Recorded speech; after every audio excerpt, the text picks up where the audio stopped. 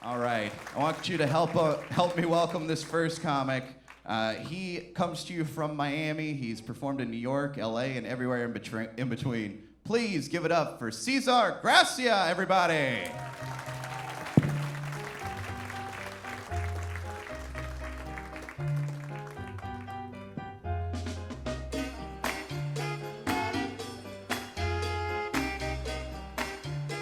All right. Raleigh, North Carolina. How you guys doing? I like this place. I like it. I'm Cuban from Miami. Woo! Yeah.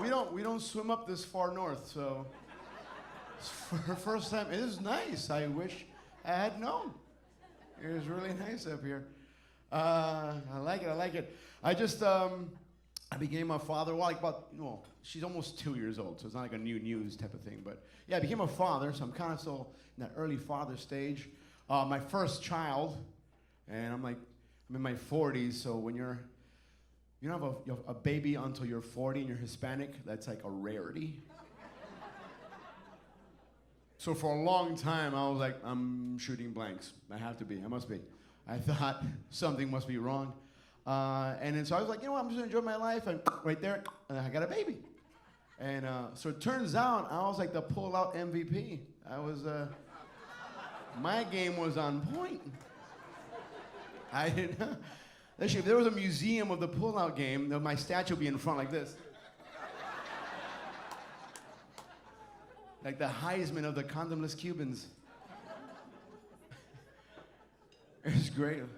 Love my little girl. So she's a little girl. She's beautiful, and it's ruined some movies for me because she's daddy's little girl. And there's a common plot in a lot of romance movies. Romance movies, comedic movies, where like daddy doesn't understand. You know, like the girl's like in love with some like ragtag guy, and daddy doesn't approve. You know, so he's like the bad guy. I'm like, fuck you. No, your dad's right. Like, don't date that guy. You know what I mean? I was watching Pocahontas on the Disney Channel. He's like, Daddy, you don't understand. I'm like, no, your dad's right. Don't let that gringo in the house. He's like, okay, never mind. Don't listen to me. Gets annoys the shit out of me, man. Like, I saw Dirty Dancing. Who doesn't love Dirty Dancing? It's a fun, it's a cult classic movie. I fucking hate Dirty Dancing now. I get angry. Especially when Swayze shows up and he's like, nobody puts baby in a corner. Like, first of all, who are you to come to my table and tell me where my daughter sits? And then the worst part, the part that gets my blood boiling, is when like the whole song comes on, like, and I've had, and the guy's like,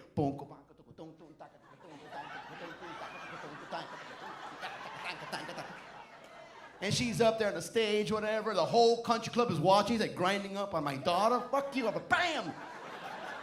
I'll beat the shit out of Patrick. I've been right there. There'd been no Ghost, no Point Break. That would have been the last movie. No Roadhouse. That's it. That was the end of the movie right there.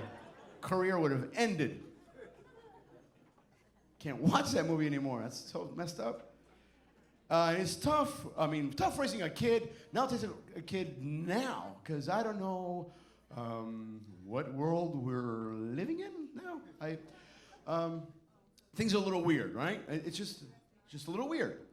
And I noticed it when Kim Kardashian became a lawyer. That was one of them.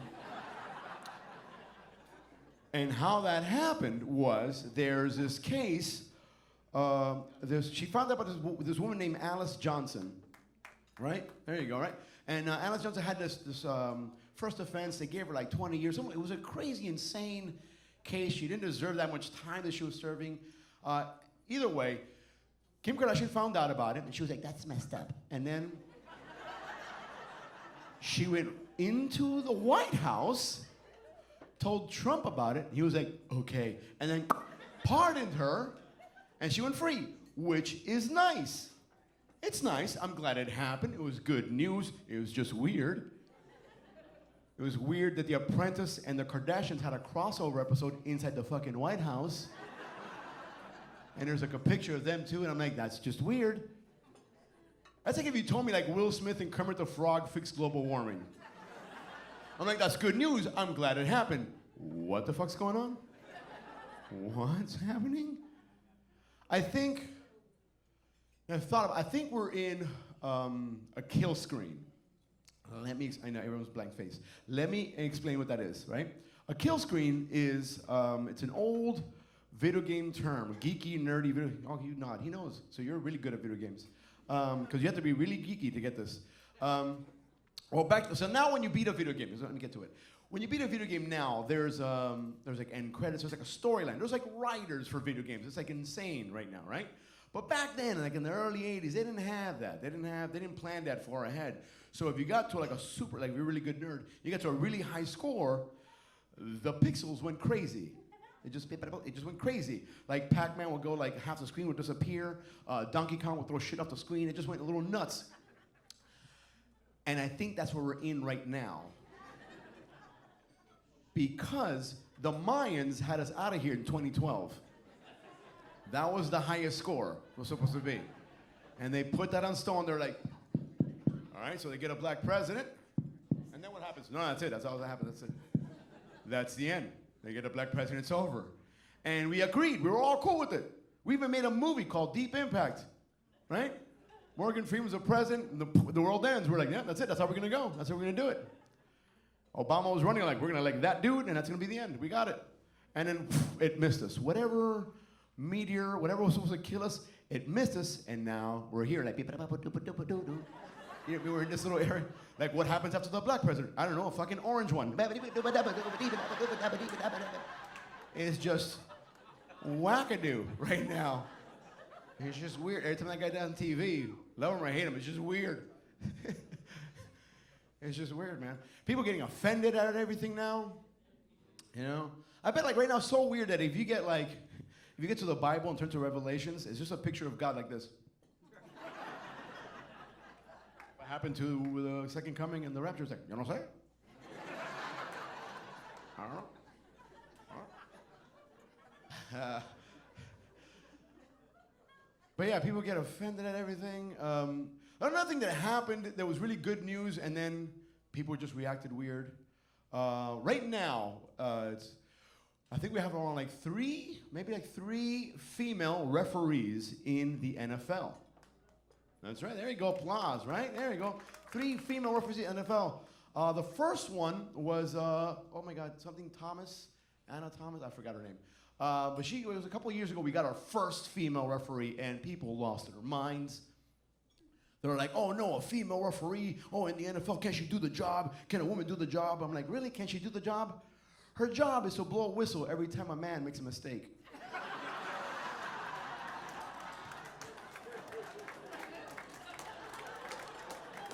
She'll be fine.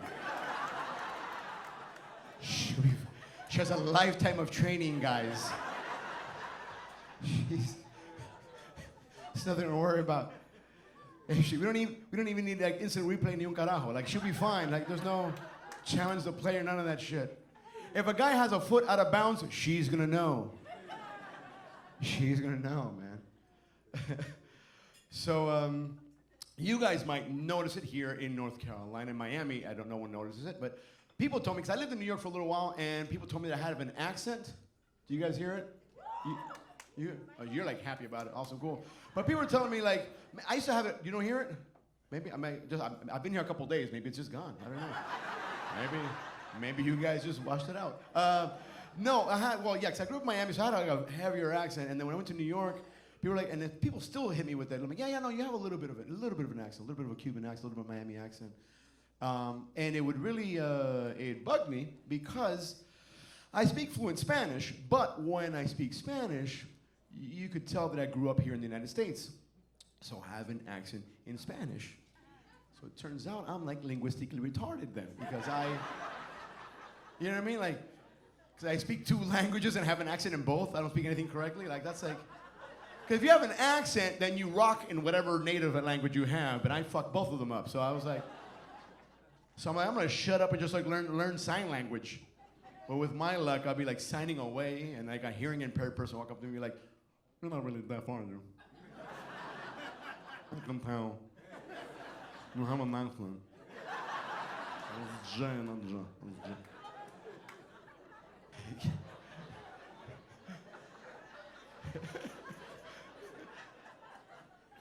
I love that. It's just, it's wrong and you're laughing really hard. I don't know. We'll be meeting in hell together, like, holding hands. Oh my God.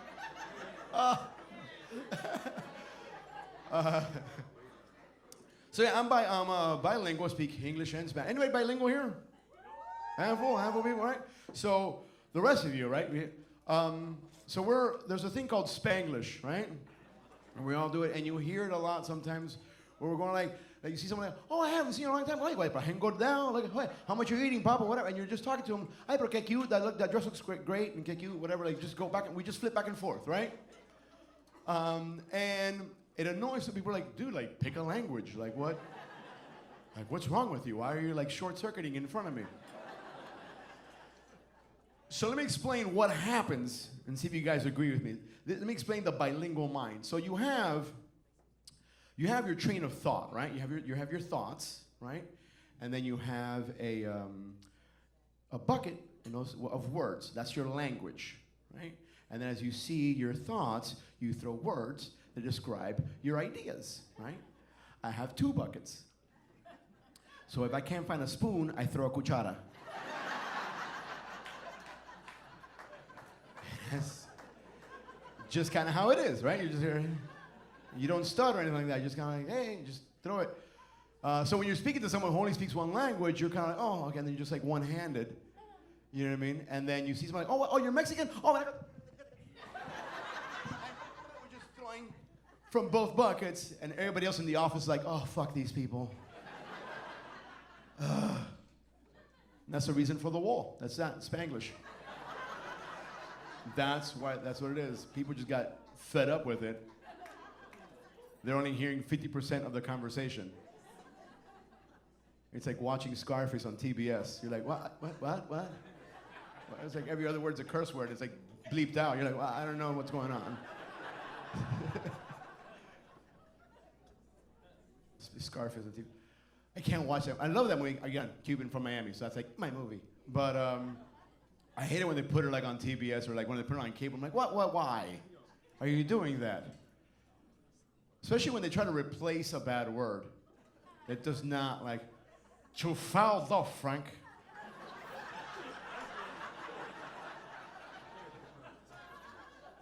And the voice is all like wrong too. It's like, you know, Frank, you really fouled up. You know that?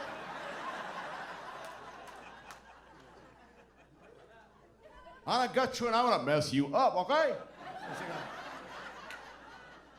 How'd you get that scar, man? Eating pineapple? What? It's not. It was in the movie. It's not in the movie. My last name is Gracia. Gracia, Cesar Gracia. And but when you see it on paper, right, it looks like Garcia, because you know your eyes autocorrect when you're reading really fast. Especially if I'm in Miami, it's like whatever. Any big city, anywhere now. We're all over the place. But it's been annoying my whole life because I'm always like correcting people. They'll say Garcia, I'm like, oh, it's Gracia. And they're like, you're welcome. I'm like, no. No, my name is. Got my license I had to send back, my passports. And I've learned to live with it now because, yeah, there's millions of Garcias. There's millions and millions of Garcias. There's only like a few thousand Gracias. Like worldwide, between Cubans, Colombians, and South America, there's only like a few thousand Gracias. Less than a few thousand Gracias. Which means that back in the day, my ancestors didn't rape and pillage as hard as the Garcias did. You know, they weren't quite the conquistadors, you know? They were just... Which is nice not to be a descendant of that kind of horror, but a part of me is like, coño, you could have tried a little harder, guys. Damn, man. I had to send my passport back and everything. Because like Garcia, Hernandez, Fernandez, those people landed in South America and they like rocked it like it was 1599. It was, but they partied. They spread it out. Meanwhile, the Gracias were like, we fuck at our own pace. We just kind of... Maybe they all had children at 40. Maybe that's what happened. Maybe I'm just continuing the tradition of slowing shit down. I don't know what happened, man, but starting. And then I have my great grandparents are from Spain. They were de Gracia, And so I was like, oh, maybe I should change it to De Gracia. But if somebody goes De Garcia, I'm gonna fucking flip a table. So I'm not changing. I'm like, fuck it, I'm just gonna do it. My first name is Cesar. So it's C-E-S-A-R. Cesar, right? But in English, it's Caesar. But someone reads and they go, Cesar? Are you Cesar? And I feel like I should have a cape. Be like, yes. We just throw smoke. And be a magician or some shit. Cesar? Like, Caesar is fine. Caesar's fine. Are you the dog whisperer? Like, fuck you again? So yeah, someone ruins my name, either the front or the back. Either way, he gets killed. What was I saying? So I love, like I said, we were talking about Scarface. I love acting, and got into a little acting. Then a couple I'm on Netflix. There's a show called Bloodline. You know it? Really? So second season, third episode. Don't fucking blink though. Don't blink. I play a cop. I'm the cop that walks into the cafe, and I only say 2 lines, but I fuck up the whole episode. Which I was really, because I say hi to the guy, and he had just come out of a drug deal. I'm just fucking, spoiler alert if you haven't seen it. But he had come out of a drug deal, and the other guy's like, oh, you know cops? And they like tase the shit out of him, and beat him up. I'm like, sweet, I only have 2 lines, but it had an effect. So I was proud of it. It was cool. Someone almost got killed because of me, so that was kind of nice. So yeah, so I studied acting a little bit, and I realized, you know what, you don't really need, yeah, Meisner's great, Strasberg, Stanislavski, all that stuff is really good, but all you really need, again, like my homeboy, is Pacino. That's all you guys need. That's it. That's the Al Pacino School of Acting. That's before he dies. He just make a big master class, the Pacino School of Acting. He just comes out and be like, okay, I'm gonna teach you how to act. Okay.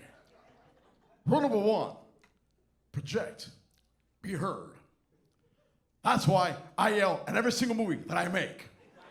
Every single one, I yell. And if you whisper like this, it's still fucking loud. Okay. Rule number 2, always say fuck in your movie. If it's not in the script, it's your responsibility to put it in there. Say it now, fuck. Wrong. I'm gonna teach you now how to say it correct way, this pronunciation, okay? It is double F H-U-C-K. Hawk. Hawk. It comes from the groin. Say it now, fuck. I fuck. She fucks, we're fucking. All right. Rule number 3, always get killed in your movie. And when you get shot, which should be the only way you should die, make sure it takes no less than 3 bullets to kill you. Scarface took 325 bullets to take me down. Okay. All right. You, sir, what's your name? Ben. Sounds like you made that up, but okay. You thought a little hard before saying your name. Okay. All right. You're gonna when someone shoots you, you catch the bullet. Okay. Go ahead, Ben. Now you're gonna kill me now. Ready? Action. Are you shooting or pissing, Kevin?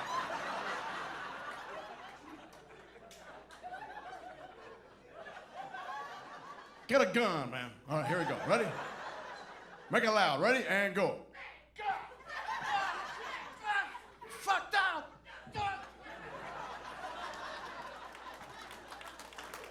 That is, thank you, Ben. Right? Should be like, sorry, he does that shit, man. I grew up with all that stuff.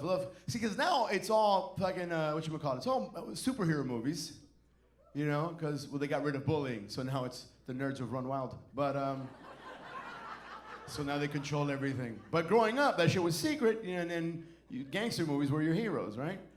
So I grew up in Miami, and my parents were, you know, they're Cuban, and they landed here, and they took a while to assimilate, because they're like, oh, that Castro guy's gonna die next year, and we're gonna go back. That didn't happen. So we had, for me, television was America, you know what I mean? And the first model that I had was Michael Keaton. That was the guy that that was the gringo I wanted to be, like growing up. That was the, So I remember for like a long time, like all through like 7th grade, someone like, Cesar, did you do your homework? I'm like, I wanted to do it. I was gonna do it, and then my dog ate it. I just ate it. Just kinda, like, what's wrong with this guy?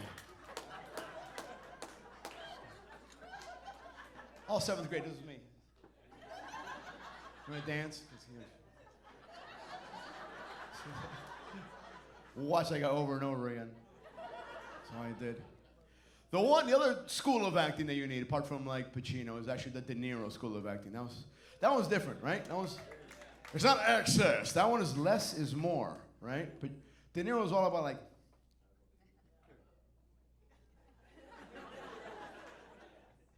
And that's it. That's what kind of like pretty much.